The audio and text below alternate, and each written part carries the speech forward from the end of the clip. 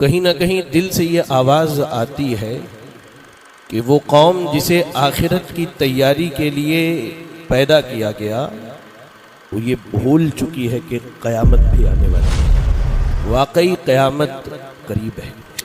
اللہ کے نبی اور اللہ کے نبی کے صحابہ کتنا ڈرتے تھے قیامت کے قریب ہونے سے۔ یہ حدیث جب میں نے پڑھی واللہ کہتا ہوں میرے رونگٹے کھڑے ہو گئے۔ جامع ترمذی کی روایت ہے اور حدیث بالکل صحیح سند سے آئی ہے۔ ذرا غور کیجیے آج ہم کتنے مطمئن ہیں، کتنے سکون میں ہیں، حتیٰ کہ ہم مردے کو دفن کر کے آتے ہیں پھر بھی آنے کے بعد ہماری وہی بے راہ روی کی زندگی ہے۔ نہ اللہ کا ڈر، نہ اللہ کا خوف، نہ حلال و حرام کی تمیز، نہ بے حیائی برائی سے باز رہنے کی کوشش، عبادتوں کا ضائع ہونا۔ اللہ پہلی مرتبہ ہماری شریف لائے ہیں پلیز سبسکرائب کر لیجیے۔ واقعی قیامت قریب ہے۔ جب ہم مسجدوں سے باہر نکلتے ہیں اور مسلمانوں کی زندگی پر غور و فکر کرتے ہیں، بالخصوص بازاروں میں، شادی بیاہ کے مجالس میں، تہواروں کے موقع سے اور غیروں کے تہوار کے موقع سے بھی کہیں نہ کہیں دل سے یہ آواز آتی ہے کہ وہ قوم جسے آخرت کی تیاری کے لیے پیدا کیا گیا وہ یہ بھول چکی ہے کہ قیامت بھی آنے والی ہے۔ واقعی قیامت قریب ہے۔ قرآن و حدیث کے اندر قیامت کی دو طرح کی نشانیاں بیان کی گئی ہیں۔ ایک وہ نشانیاں جنہیں علامات قیامت صغریٰ کہا جاتا ہے، قیامت کی چھوٹی چھوٹی اور اہم نشانی، اور دوسری وہ قسم جسے علامات قیامت کبریٰ کہا جاتا ہے، قیامت کی بڑی بڑی نشانیاں، اور ان کی تعداد ایک حدیث کے مطابق تقریباً 10 ہے۔ ان تمام نشانیوں کو جب آپ پڑھیں گے تو بڑی نشانیاں تو ابھی ظاہر نہیں ہوئی، لیکن چھوٹی نشانیاں یہ بتلاتی ہیں کہ قیامت بالکل قریب ہے، اور قریب ہے کہ بڑی نشانیاں ظاہر ہو جائیں۔ میں آپ کو چند ایک نشانیوں کے بارے میں کچھ حدیثیں سناتا ہوں، شاید کہ ہمارے دل کے دروازے کھل جائیں۔ قیامت کی سب سے بڑی اور عظیم نشانی محمد رسول اللہ صلی اللہ علیہ وسلم کا نبی اور رسول بنایا جانا۔ وہ ساری نشانیاں اپنی جگہ ہیں، جو بڑی ہیں چھوٹی ہیں، لیکن ان میں سب سے اہم نشانی اور قیامت کی سب سے پہلی نشانی اور علامت یہ ہے کہ قیامت قریب ہے، محمد رسول اللہ صلی اللہ علیہ وسلم کا نبی اور رسول بنایا جائے۔ صحیح بخاری اور صحیح مسلم کی حدیث ہے، سہل بن سعد الساعدی رضی اللہ تعالی عنہ حدیث کے راوی ہیں، کہتے ہیں کہ رأیت رسول اللہ صلی اللہ علیہ وسلم بإصبعيه هكذا بالوسطى والتي تلي الإبهام بعثت والساعة كهاتين۔ سہل رضی اللہ تعالی عنہ کہتے ہیں میں نے اللہ کے نبی کو ایک مجلس میں دیکھا، آپ قیامت کا تذکرہ کر رہے تھے اور آپ نے یہ بیچ کی انگلی اور یہ شہادت کی انگلی، ان دونوں کو ایسے ملایا، غور سے دیکھیں، ان دونوں کو ایسے ملایا اور کہا کہ ایک میں ہوں اور ایک قیامت ہے۔ جیسے یہ دونوں انگلیاں قریب ہے ویسے ہی قیامت تمہارے قریب ہے۔ یا رب، اس حدیث کی جب شرح میں نے دیکھنے کی کوشش کی تو امام قرطبی رحمت اللہ علیہ کا ایک قول ملا مجھے۔ امام قرطبی رحمت اللہ علیہ کہتے ہیں اول اشراط الساعۃ النبی صلی اللہ علیہ وسلم، قیامت کی پہلی نشانی اللہ کے نبی صلی اللہ علیہ وسلم ہے، اس لیے کہ آپ کے اور قیامت کے درمیان نہ کوئی نبی آئے گا نہ کوئی امت آئے گی، اب آئے گی تو قیامت آئے گی۔ سورۃ القمر پہلی آیت، اللہ نے کہا اقتربت الساعۃ وانشق القمر، کہ قیامت کا وقت قریب آیا، یہاں تک کہ چاند دو ٹکڑوں میں بٹ گیا۔ کہتے ہیں انس بن مالک رضی اللہ تعالی عنہ، صحیح بخاری اور صحیح مسلم کی حدیث ہے کہ مکہ کے لوگوں نے اللہ کے نبی صلی اللہ علیہ وسلم سے یہ مطالبہ کیا کہ آپ واقعی اگر سچے نبی اور رسول ہیں تو آپ چاند کے دو ٹکڑے کر دیں۔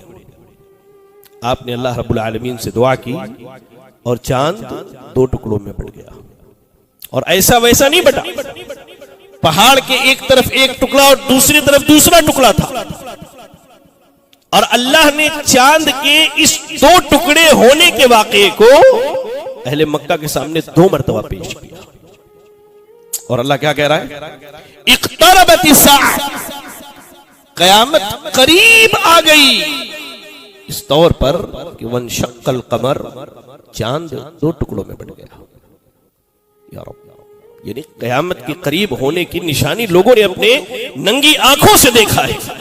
اور اس آیت کے بارے میں امام ابن کثیر رحمۃ اللہ علیہ ارشاد فرماتے ہیں یخبر تعالی عن اقتراب الساعۃ وفراق الدنیا وانقضائها، کہ اللہ تعالی اس آیت میں سورۃ القمر کی پہلی آیت میں یہ خبر دے رہا ہے تمام یہاں موجود مردوں کو، تمام عورتوں کو، اللہ کہہ رہا ہے کہ لوگوں قیامت قریب ہے، یہ دنیا ختم ہو جانے والی ہے، مٹ جانے والی ہے اور فنا ہو جانے والی ہے۔ قرآن مجید کی آپ اگر تلاوت کریں تو سورۃ النحل کی پہلی آیت پڑھیے، اللہ رب العالمین نے کہا اتا امر اللہ فلا تستعجلوه سبحانہ وتعالی عما یشرکون، اللہ نے کہا کہ اللہ کا حکم آ چکا ہے، اتا امر اللہ، اللہ کا حکم آ گیا، فلا تستعجلوه، تم قیامت کے لیے جلدی نہ مچاؤ۔ یاد رکھو اللہ تعالیٰ ان تمام شرک سے پاک ہے جن کو تم اللہ کے ساتھ شریک بناتے ہو۔ اس آیت کے بارے میں امام ابن کثیر رحمۃ اللہ علیہ نے بڑی جامع بات کہی ہے، غور سے اس بات کو سنیں۔ عربی زبان جو لوگ تھوڑا بہت پڑھتے ہیں ان کو یہ چیز معلوم ہوگی، لفظ اتا جو ہے یہ پاسٹ کے ٹینس میں استعمال ہوتا ہے، ماضی کے لیے استعمال ہوتا ہے، اتا یعنی آ چکا۔ تو اللہ نے یہاں اس آیت میں ماضی کا صیغہ اور لفظ استعمال کر کے یقین دہانی کرائی ہے اہل ایمان کو، آپ کچھ کیجئے، اتا امر اللہ، قیامت آئے گی آئے گی آئے گی، اس کے آنے میں کوئی شک نہیں۔ یا رب، پاسٹ استعمال کر کے اللہ نے یہ بتایا ہے کہ یقینی ہے اس کا آنا، اس کے آنے میں کوئی شک شبہ کی گنجائش نہیں، آپ کچھ بھی کر لیجیے، آپ کچھ بھی کر لیجیے، اتا امر اللہ، اللہ کا حکم آ چکا ہے، فلا تستعجلوہ، تم جلدی نہ مچاؤ۔ اہل کفر کو یہ بات کہی جا رہی ہے، اللہ اکبر۔ اس لیے یقین جان لیں کہ قیامت جو ہے بالکل قریب ہے ہمارے۔ سورۃ الشورى کی آپ تلاوت کیجئے، آیت نمبر 17 میں اللہ نے کہا وَمَا يُدْرِيكَ لَعَلَّ السَّاعَةَ قَرِيبٌ، اے نبی آپ کو کیا معلوم ہو سکتا ہے قیامت بالکل قریب ہو۔ اس آیت میں بھی اللہ رب العالمین نے یہ خبر دیا ہے کہ لوگوں کو یہ جاننا چاہیے کہ دنیا کی زندگی میں جو بدمست ہو گئے ہو اور قیامت کا قائم ہونا، قیامت کا آنا، اس کو جو بھلا بیٹھے ہو، تو لوگوں اپنے دلوں کو روشن کر لو، وَمَا يُدْرِيكَ لَعَلَّ السَّاعَةَ قَرِيبٌ، کیا معلوم آپ کو کہ قیامت بالکل آپ کے سر پہ آ کے کھڑی ہو، بس اللہ کا ایک حکم ہو کن تو وہ ہو جائے۔ کتنا قریب ہے اللہ کے نبی، اور اللہ کے نبی کے صحابہ کتنا ڈرتے تھے قیامت کے قریب ہونے سے۔ یہ حدیث جب میں نے پڑھی، واللہ کہتا ہوں میرے رونگٹے کھڑے ہو گئے۔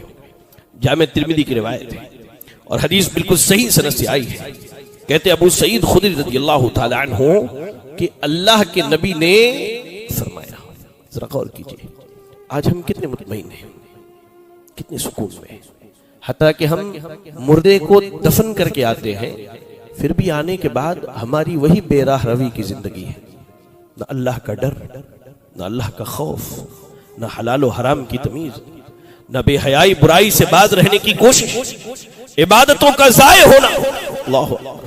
اور امام الانبیاء رحمت للعالمین، بنی آدم کے سردار اللہ کے رسول کہتے ہیں کیف انعم وصاحب القرن قد التقم القرن واستمع الاذن متى يؤمر بالنفخ فينفخ فكأن ذلك ثقل على اصحاب النبي صلى الله عليه وسلم فقال لهم قولوا حسبنا الله ونعم الوكيل على الله توكلنا۔ غور سے سنیں اس حدیث کو۔ آج جو بڑے سکون اور اطمینان کی زندگی گزار رہے نا، یہ بھول کر کے کہ پتہ نہیں قیامت آنی بھی ہے کہ نہیں آنی ہے۔